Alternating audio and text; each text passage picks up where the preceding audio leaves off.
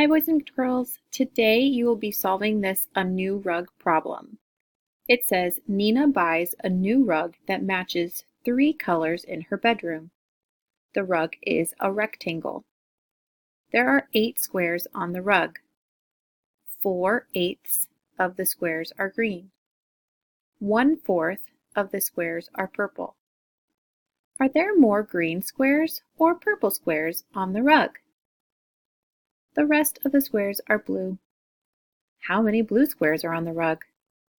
Use numbers and symbols to show your mathematical thinking.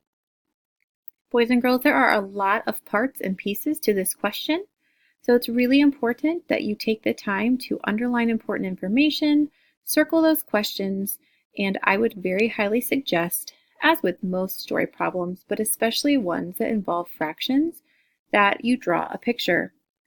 So it's important to realize that it gave you a shape. The rectangle or the rug is a rectangle. And there are 8 squares on the rug, so you know how much or how many pieces to divide your rug into. So that's the beginning of your problem. Once you have that done, it tells you that 4/8 of the squares are green. So if I were you, I would grab some green colored pencils or crayons and color 4/8 of your squares green. The next part says that 1/4 of the squares are purple. Now, we just talked about eighths, and your rectangle should be cut into eighths. But now it's talking about fourths. So it's really important to look at your big hole, the rectangle. And if you were to look at that in fourths, 1/4 would be purple. Color that 1/4 purple. It asks, are there more green squares or purple squares? So that is actually the very first question that you want to answer.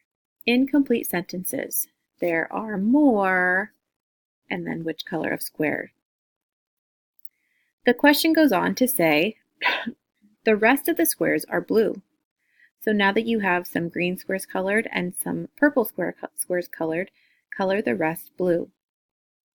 And then it asks how many blue squares are on the rug. So count out the rest that are left to color in and answer that question. There are how many blue squares? That should be it. Make sure that you show all of your thinking and don't just put a bunch of answers on your paper. Be sure to also put your name on your paper before you turn it into the top tray.